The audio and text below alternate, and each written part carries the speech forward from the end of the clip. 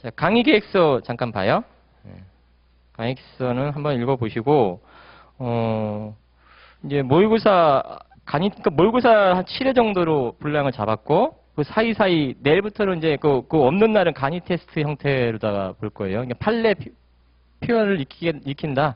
판례를 써보게 한다. 이런 취지를 생각하시면 되겠어요. 그래서 한 20분 분량 정도로 해서, 8시 40분 정도에 오셔서, 9시까지 쓰고 10분 쉬었다가 9시 10분부터 수업 시작하는 걸로 이런 식으로 그렇게 여태껏 해왔어요.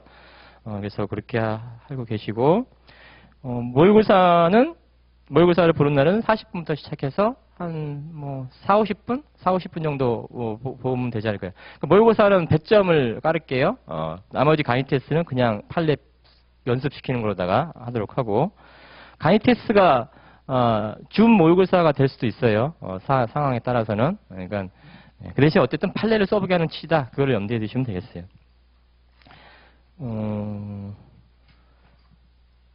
25일이 안 잡혀 있죠? 그때 가서 얘기할게요. 25일 다음이 토요일이란 말이야. 애매해. 25일, 그 다음에 26일, 그러니까 25일을 강의를 하고 26을 이게 연강을 할지 의견을 수렴을 할게요, 그때. 동영상은 상관없죠? 여기 있는 계신 분들이 중요하죠. 그러니까 연인들이라면 24일하고 25일에 만나고 싶겠죠? 그러니까 그때 가서 의견을 수렴해서 정하도록 할게요. 그러니까 25일 날 강의를 할지 말지. 그러니까 강의를 한다면 26, 27일 이틀을 쉬는 거고, 만약에 안 한다면 하루 건너뛰고 이렇게 한다는 게 무슨 뜻인지 아시겠죠? 그때 가서 저도 한번 생각해 볼게요. 어느 쪽이 난지. 그리고 이제 순환이 시작이 됐는데 이게 이제 시작했다고 생각하시면 돼요. 1년 농사 지금부터 진다고 생각하시면 된다고요. 예비 순환이지만 1순환이에요, 사실은. 그래서 4순환 이제 쫓아가시게 될 건데 제가 볼 때 이탈 안 했으면 좋겠어. 왜냐하면은 바꾸시려면 지금 바꾸셔야 된다고. 왜냐하면은 이게 중간에 바꾸면 이쪽 뒀다가 저쪽 뒀다가 이 책 봤다가 저 책 봤다가 이른다고. 그러면은 반복이 안 되는 거예요. 한 책 가지고. 한 책 가지고 계속 반복시켜야 되거든요. 우리 시험이. 그래야지 시험장 가서 써먹을 수가 있다고. 그러니까 선택했다면 제 생각에는 안 바꿨으면 좋겠어. 네. 바꾸려면 지금 바꾸시라고. 오늘 가서 바꾸시라고. 그렇게 하시고. 자, 그리고 보충 프린트 하나 판례 나갔죠? 보충 프린트는 이제 우리 판례 보충으로 중요 판례집이라고 해서 따로 이렇게 교재를 냈는데 그 교재 뒤로 나온 판례들이에요. 그러니까 자꾸 이제 1년 동안 이 책을 계속 볼 거고 그러면서 뒤 판례 나오는 건 추록 형태로다가 뒤로 자꾸 붙여갈 거예요. 그러니까 보통 한 1년 정도 붙이면 한 50페이지, 50페이지 정도 내외로 되더라고요. 그러니까 그 정도면 뭐 그게 부담 안 되니까 추가해서 본다고 생각하시면 되겠어요. 그래서 그런 형태로다가 붙이실 거니까 참고하시고. 그래서 기본 강의 교재하고 그다음에 판례집은 꼭 갖고 다니셔야 돼. 요건 사실로는 제가 언급을 할게요. 언제 가져오라 마라 이렇게 언급을 할게요. 그래서 왜냐하면 볼 부분들이 있거든요. 그래서 지금 이제 예비 수련부터 시작하니까 시간이 여유가 있다고요. 지금 많이 받으셔야지. 반복시키려고 하는 취지예요. 그 대신 주는 기본 교재예요. 기본 교재. 올해 시험도 기본 교재에서 빠져나간 건 없어요. 설명은 다 그때 드리겠지만은. 그러니까 걱정 안 하셔도 된다고. 여기 벗어나면 나도 모르고 다른 사람도 모른다 생각하시면 된다고요. 근데 그런 적 없다고. 다 판례 사안을 문제를 내기 때문에 그리고 중요 판례 위주로 내기 때문에. 그리고 가끔 이제 보충 자료 형태로다가 좀 이제 원문과 관련해서 원문도 볼 필요 있는 판례를 이렇게 나눠드리도록 할 거예요. 그 자료가 나가면 그때 보셔야 돼. 그때 보시고 숙지하고 내가 다시 볼지 말지를 판단하셔야 된다고. 버릴지 말지. 그래서 그걸 얻다가 책에다가 옮겨 놓든지. 그러니까 사실관계라 간단히라도 그래서 쌓이지 않게 하셔야 된다고. 어떤 현상이 일어나냐면 사순환을 겪으면 판례 물론 이제 거의 대부분 비슷비슷한 판례들인데 그 문제 모의고사 같은 문제들도 있잖아요. 그 모의고사 문제를 이거 마지막 수능에 이걸 어디까지 자기가 봐야 되는지를 판단을 못 하신다고. 그러니까 문제를 풀어보다가 자기가 아는 문제고 답을 맞췄고 내용도 어느 정도 쓸 수 있는 거라면 다음엔 안 보셔도 되죠. 교과서에서 그걸 표시해 놓으면 되지. 이 부분을 내가 봐야 된다는 식으로다가. 그래서 그 양을 줄여 나가야 된다고. 문제 같은 것도 계속 쌓일 거 아니에요? 그러니까 최종 모의고사는 챙겨야 되겠지. 그 다음에 예비순환, 1순환, 2순환. 그것은 이렇게 추리셔야 된다고. 자기가 볼 분량을. 그러니까 그게 너무 많으면 아직 막판에 못 본다고. 그래도 기본 교재죠. 그러니까 기본 교재는 제가 끝까지 해드려요. 예비순환부터 마지막 순환까지 한번 훑어나갈 수 있게끔. 그러니까 올해 성실하게 공부하신 분이 많이 합격하실 줄 알았는데 생각보다 이게 민법이나 형법 형소가 이게 짜게 나와서 그런지 되실 만한 분들이 많이 안 되셨더라고. 좀 그래서 기준으로 종합반은 50%예요. 50% 됐어. 근데 그러니까 1년 종합반을 말하는 거예요. 근데 보통 제가 많이 될 때가 80%까지 된 적이 있었거든요. 본원에서 강의할 때. 근데 70%, 60%, 요 정도 수준인데 올해는 50% 되더라고요. 아마 학원 안 들으신 분들도 꽤 합격하신 것 같아요. 즉, 예를 들어서 사법시험 공부하시다가, 로스쿨 공부하시다가, 이렇게 넘어오시는 분들도, 그러니까 잘 이름이 없는 분도 꽤 눈에 띈다고 하더라고요. 그러니까 그리고 올해 또 특이한 게, 동차반, 여기 듣다가 오신 분들도 있는데, 동차반이 누구누구 합격하실지 다 모르죠? 이름이 안 나왔으니까 4명 합격했어요. 동차반 중에. 그러니까 확률이 꽤 높은 거야. 거의 예년에 비하면 거의 없었어. 물론 생동차는 없고 생동차 말고 3시, 5시 또 3시, 5시 그다음에 사법시험이나 이런 거 다른 여타시험 공부하시다가 오신 분들. 그러니까 그분들이 뭐가 돼 있냐면 민소, 형소, 형법 이런 것들이 좀 돼 있으신 분들. 올해 시험에 그분한테 기회가 주어진 것 같아. 그래서 동차반, 그러니까 순환반으로서 모의고사반으로 올라가 있지 않고 여기서 동차반에서 수업 들으신 분들이 있었다고요. 그렇게 많지 않았어. 아시겠지만 한 20명 내외 수준이었단 말이에요. 다 순환반으로 올라가서 모의고사 보셨기 때문에. 근데 그분들 중에서 공부가 돼 있으신 분들이 있었던 것 같아. 그래서 올해 시험이 공부가 돼 있어도 동차반으로 붙는 게 쉽지 않거든요. 근데 올해 시험이 문제 그 성향이 그래서 그런지 그분들한테 기회가 주어졌어요. 그래서 4명 합격하셨어. 그러니까 꽤 많이 합격하신 거예요. 120. 그러니까 그게 순환반에서 합격할 인원이야, 사실은. 그 자리가. 근데 그분들이 가져갔다고. 합격하신 분 대단하신 거예요.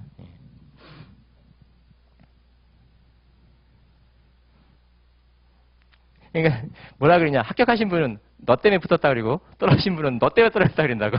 왜냐면 민법이 꽈락이 났기 때문에. 그러니까 명꽈락 하신 분은 너 때문에 붙었다 그러고 꽈락만 있으면 너 때문에 떨어졌다 그렇게 얘기한다고요. 농담이든 진담이든 섞여 계시겠지. 그래서 최선을 다할게요. 자, 그렇게 하고 나머지는 이제 공부하시면서 생각난 대로 말씀드릴게요. 그리고 참고적으로 가이스 테스트하고 모의고사는 채점 하시는 분이 따로 있어요. 그러니까 제3자한테 평가받는 거죠.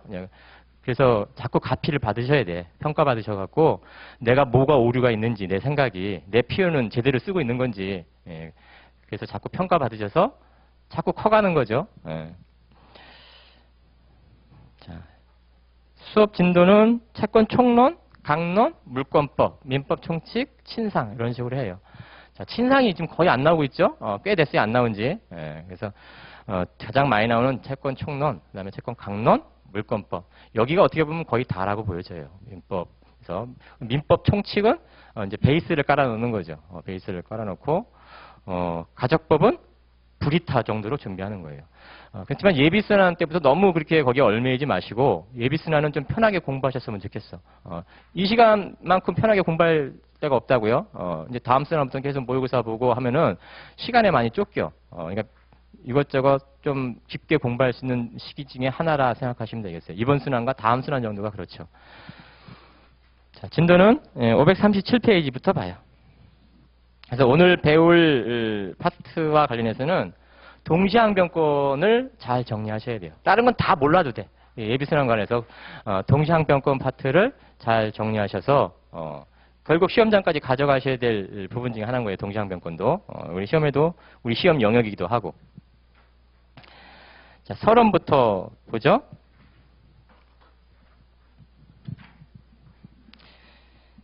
자, 주된 채무, 부수적 채무 이런 말 나와요. 주된 채무, 부수적 채무. 그것을 가르는 이유를 아시면 되는 거고, 즉 주된 채무가 뭐고 부수적 채무가 뭐고, 그 개념을 알기보다 실제 시험장에서 논술이 아니기 때문에 그 개념을 쓰고 그리진 않잖아요. 그 예를 알아두시는 게 어떻게 보면 더 중요해요. 그 예를 알아두면 개념도 당연히 따라오는 거예요.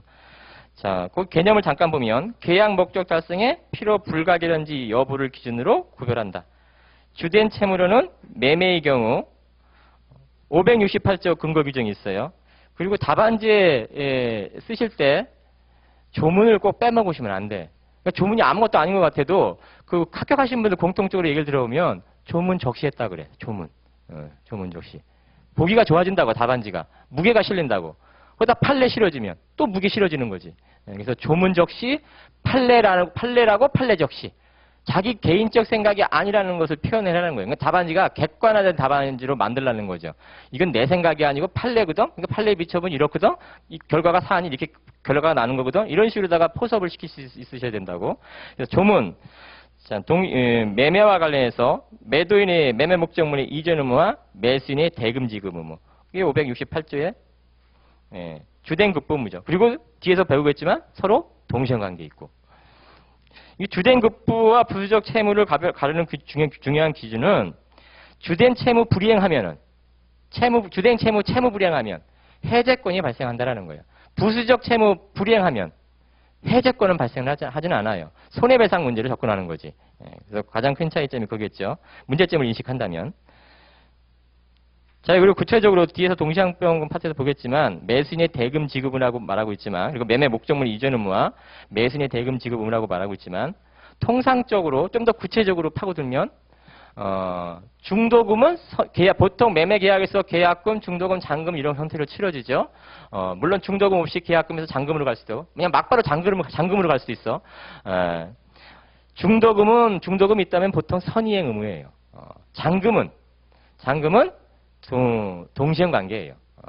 매매 목적물의 이전 의무와. 목적물의 이전 의무라고 말하고 있지만 여기 만약에 부동산이라면 구체적으로 소유권 이전 등기 서류 제공 의무가 될 수도 있어요.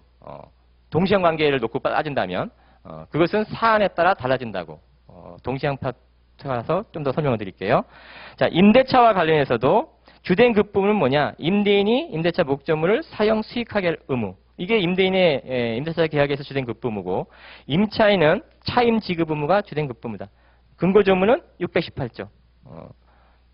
조문 나중에 한번 이렇게 쓱쓱 한번 훑어보셔야 돼. 조문 옆에다 펴놓으시고 자꾸 찾아보는 습관을 들이시고 위치를 파악해 두시고, 그러다 보면 숙지 되겠죠? 숙지하다 보면 또 암기도 될 수 있어. 그러니까 암기까지 바라지는 않는데 숙지하고 위치 파악해 두라는 거예요. 자꾸 눈에 익어두라는 거죠. 그리고 시험용 법정 혹시 없으신 분은 시험용 법전을 사셔야 돼. 얇은 무슨 법전 같은 거 있죠? 그거 갖고 계시면 안 돼. 1차 때나 그거 하시는 거고, 내가 볼 때 1차도 할 때도 그걸 시험용 법전을 공부하셔야 돼. 자꾸 눈에 익어두셔야 된다고. 시험장에서 써먹을 수 있는 컨닝 페이퍼라고. 그래서 그거 준비하세요. 그거 돈이 들어가도. 그러니까 찌라시로 돼 있는 법전은 버리시란 얘기예요. 자, 그래서 임차인의 의무는 차임 지급 의무다. 이게 서로 주된 급부 의무고, 그러니까 이 의무를 불이행하면 뭐예요? 채무 불이행이 돼서 해제 사유가 될 수 있다. 이렇게 연결될 수 있는 거예요. 서로 그리고 동시행관계 있고, 성립상의 동시행관계예요. 자, 소멸상의 동시행관계는 뭐겠어요? 임대차 계약이 종료됐을 때, 임대차 계약이 종료됐을 때는 임차인의 목적물 반환 의무와 임대인의 보증금 반환 의무. 이게 소멸상의 서로 동시행관계에 있게 되는 거죠.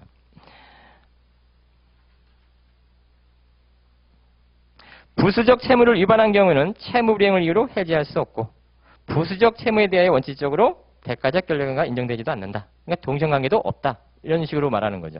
대가적 이행상 결론관계가 있어야 동시행관계가 인정되는 거잖아요. 자, 하나 여기서 더 본다면 도급. 근거조문은 665조 1항. 도급과 관련해서는 주된 급부무가 뭐냐? 완성된, 그게 목적물이 인도 의무까지 지는 거라면 보통 이제 목적물 완성, 그 다음에 보수지급 요건데 그것이 목적물을 이전할 상황이라면 완성된 목적물의 인도 의무, 그 다음에 보수지급 의무, 즉 도급인의 보수지급 의무, 수급은이 완성된 목적물의 인도 의무. 이게 서로 동선관계, 주된 급품으로서. 자, 그 밑에 보호 의무라고 나와요. 보호 의무는 이 보호 의무를 왜 언급하는 거냐면 채무 보호 의무 위반을 채무 불이행으로 끌어들이려는 노력이에요. 근데 판례는 보호 의무 위반은 불법 행위로 규율해. 그러면 채무 불이행으로 규율하면 뭐 이점이 있나? 있죠. 입증 책임 이런 거에 따라서 좀 달라질 수 있어요. 보통 일반적으로 채무 불이행으로 인한 손해배상, 불법 행위로 손해배상, 귀책사 입증 책임을 놓고 본다면 불법 행위로 인한 귀책사 입증 책임은 누가 지라 그래요? 피해자가 지라 그러죠. 근데 채무 불이행은 뭐라 그래요?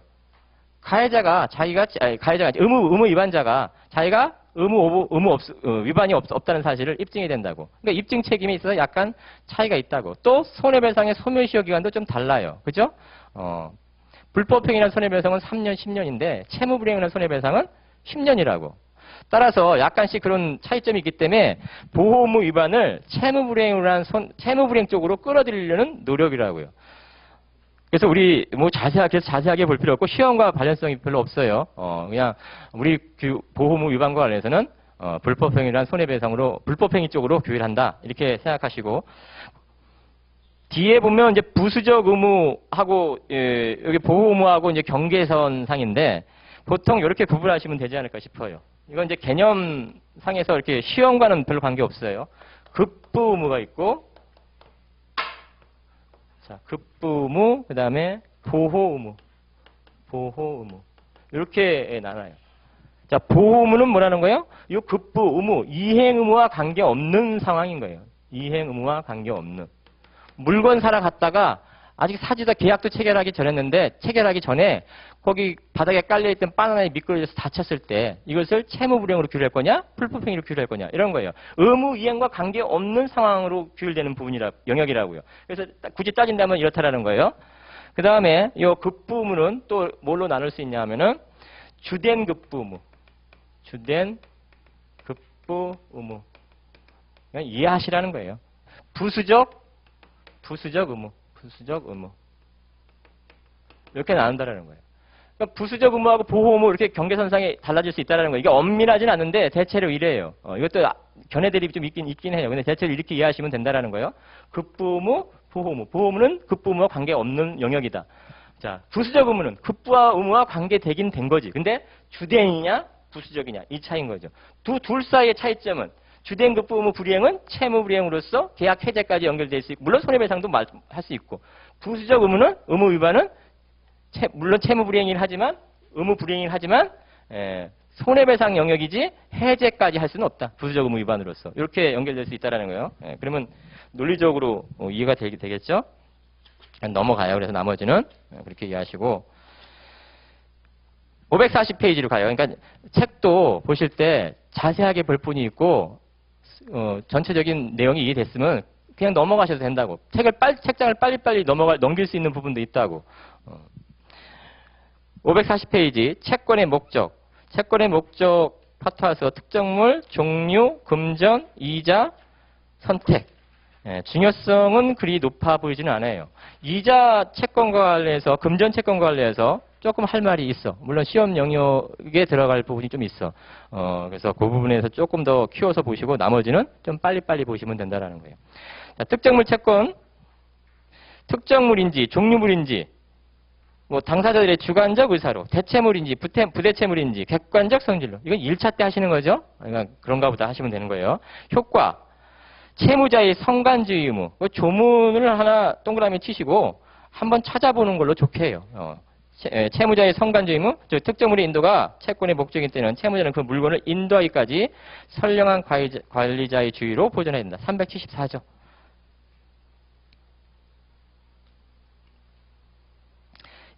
양가로 2번 채무자의 목적물의 인도 의무. 자, 이 그거 양가로 2번 보기 전에 성간주의 의무와 관련해서 자, 거기 얘가 임대차 목적물에 관한 얘기가 나오죠. 임대차 계약이 성립하면